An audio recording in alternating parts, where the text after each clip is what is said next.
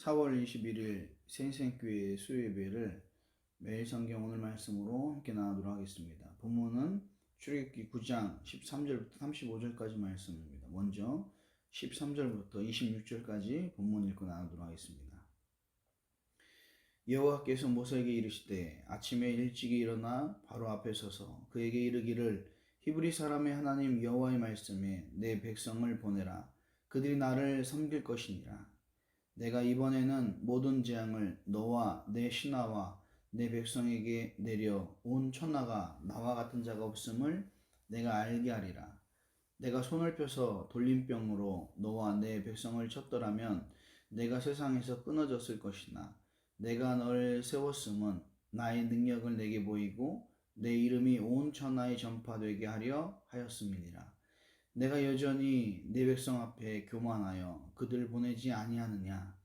내일 이맘때면 내가 무거운 우박을 내리리니 애굽 나라가 세워진 그날로부터 지금까지 이와 같은 일이 없었더라. 이제 사람을 보내어 내 가축과 내 들에 있는 것을 다 모으라. 사람이나 짐승이나 무릇 들에 있어서 집에 돌아오지 않는 것들에게는 우박이 그 위에 내리리니 그것들이 죽으리라 하셨다 하라 하시니라. 바로의 신하 중에 여호와의 말씀을 두려워하는 자들은 그 종들과 가축을 집으로 피하여 들였으나 여호와의 말씀을 마음에 두지 아니하는 사람은 그의 종들과 가축을 들에 그대로 두었더라. 먼저 26절까지 말씀인데요. 오늘 7번째 재앙, 우박 재앙에 대해서 나누고 있습니다. 이 우박 재앙은 특별합니다. 왜냐하면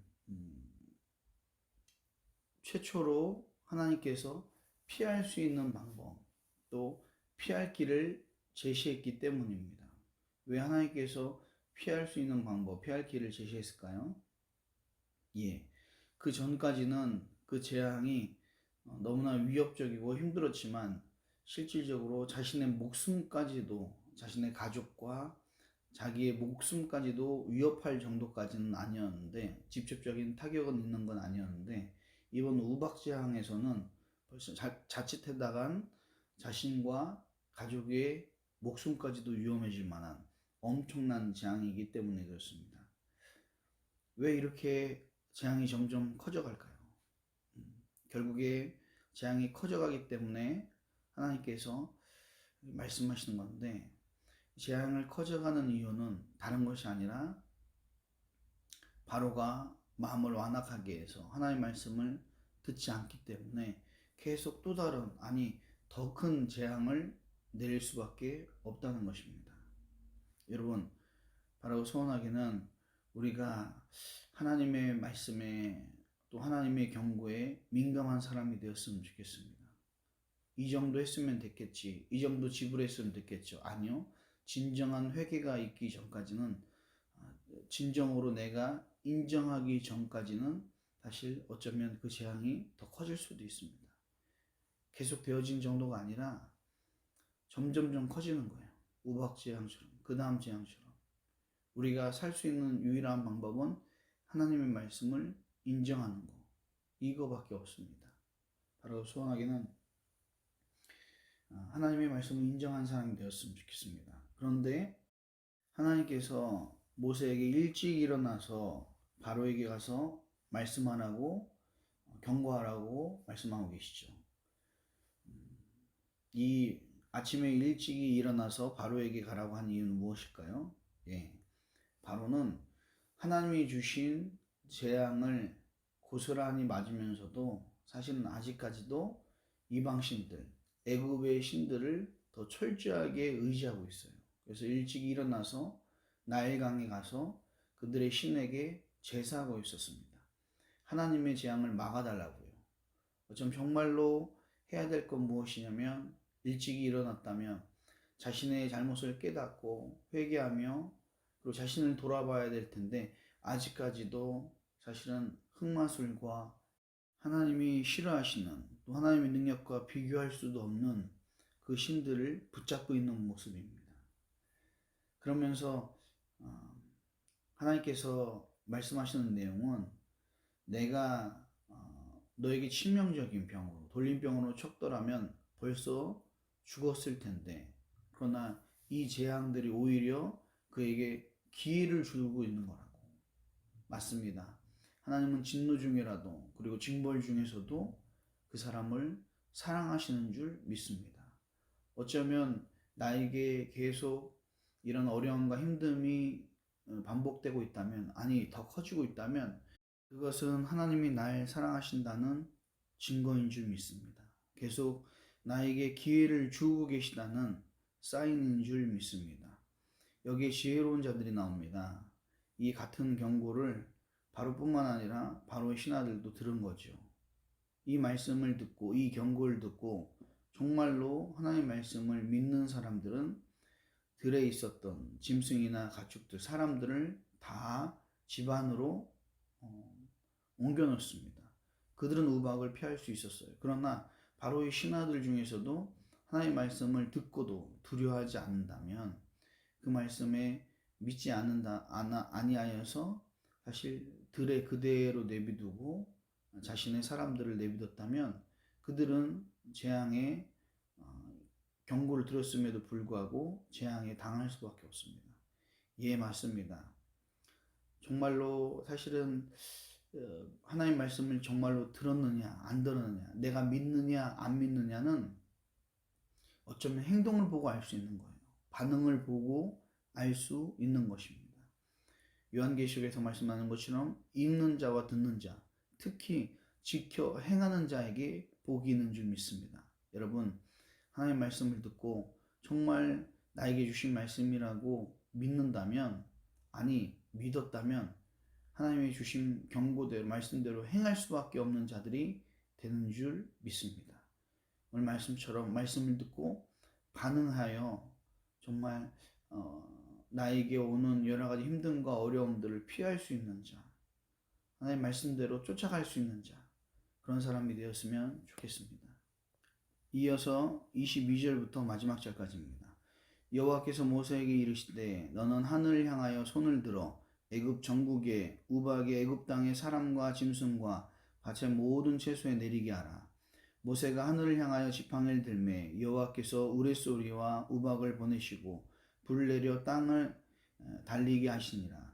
여호와께서 우박을 애굽 땅에 내리시매 우박이 내림과 불덩이가 우박에 섞여 내림이 심히 맹렬하니 나라가 생긴 그때로부터 애굽 온 땅에는 그와 같은 일이 없었더라.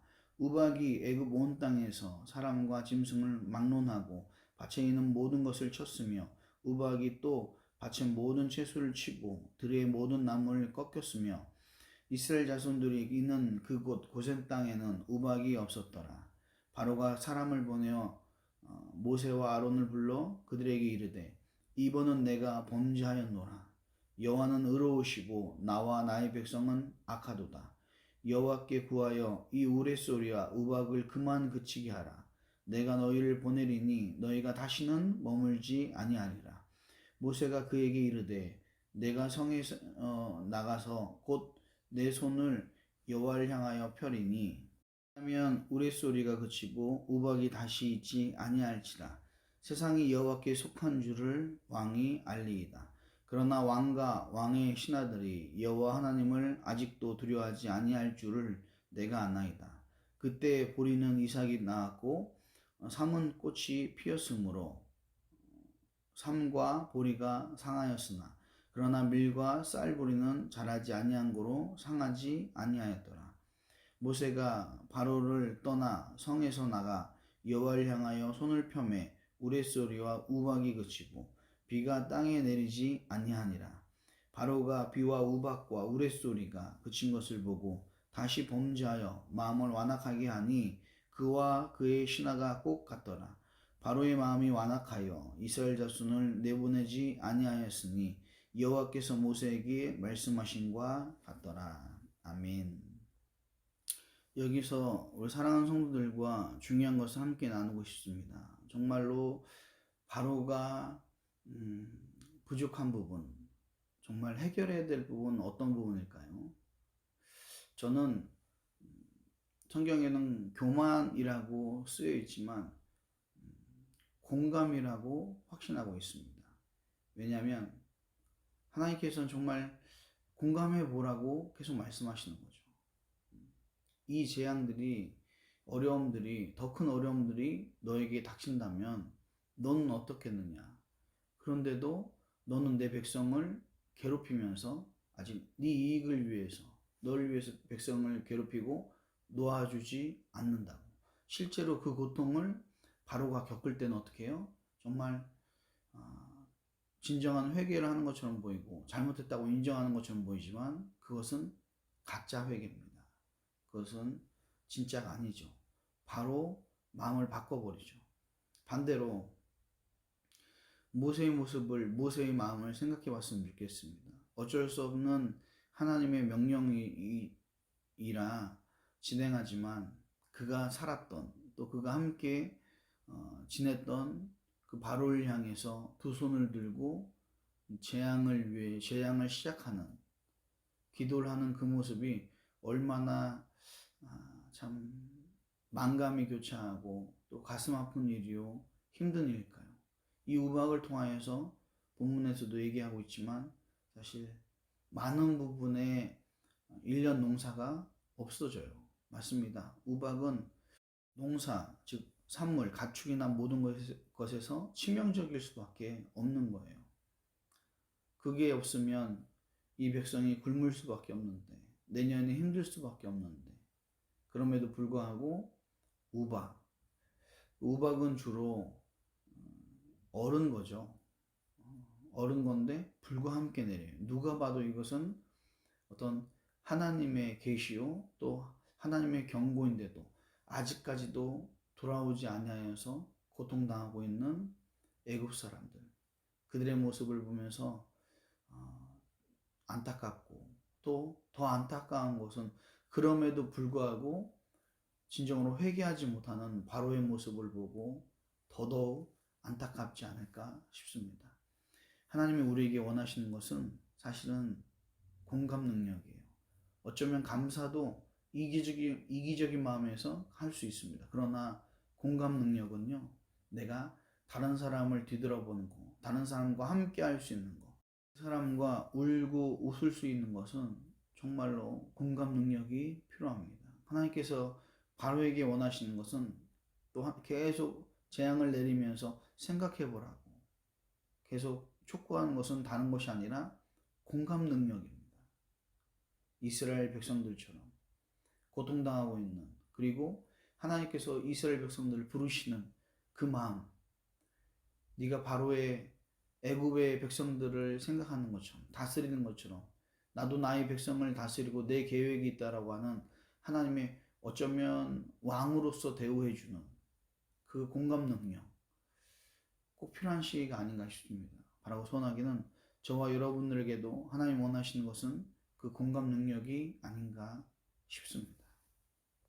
이런 엄청난 일을 겪었음에도 불구하고 왕과 신하들이 바로 모세에게 찾아가 잘못했다고 얘기하지만 그 모세도 알고 있습니다. 우박이 그치면 그들의 회개도 그칠 것을. 가짜 회개라는 것을요. 아니나 다를까 다시 한번 모세가 기도했을 때 우박이 그치고요. 또 바로가 다시 마음이 완악하여지는 겁니다. 아니, 범죄하여 마음이 완악하여진다라고 성경에 써 있습니다. 너무나 안타까운 일입니다. 나에게 어려움 당할 때만 간절하고 또 어렵지 않으면 다시 마음이 완악해지는 이 모습들이, 이 공감이 아니라 자신의 사리사욕과 자신이 느끼는 감정에만, 자기가 느끼는 이익에만 충실한, 그리하여서 진정한 하나님의 말씀을 찾지 못하는 이 모습이 너무너무 안타깝습니다. 그리고 결론적으로는 더 큰 재앙으로 갈 수밖에 없는 모습입니다. 바라고 소원하기는 하나님은 진노 중에도 그 백성을 사랑하십니다. 아니, 믿지 않는 바로도 사랑하시고 끝까지 기회를 주시며, 그리고 자신을 드러내려고 하시는 것이 하나님의 계시요 사랑인 줄 믿습니다. 그 말씀처럼, 그 은혜처럼 우리도 속히 하나님의 계획을 깨닫는다면, 말씀을 듣는다면 반응하고 또 하나님의 말씀대로 속히 돌아올 수 있는, 진정한 회개할 수 있는 자, 말씀 쫓아갈 수 있는 사람이 되었으면 좋겠습니다. 그 시간이 길어질수록 오히려 재앙은 더 커질 수밖에 없고요. 나만 힘들 수밖에 없습니다. 여러분, 저와 여러분들에게 하시는 하나님의 말씀을 들을 수 있는, 또 옮길 수 있는, 공감할 수 있고 함께 따를 수 있는 하나님의 백성 되시길 주님 이름으로 축원합니다. 기도하겠습니다.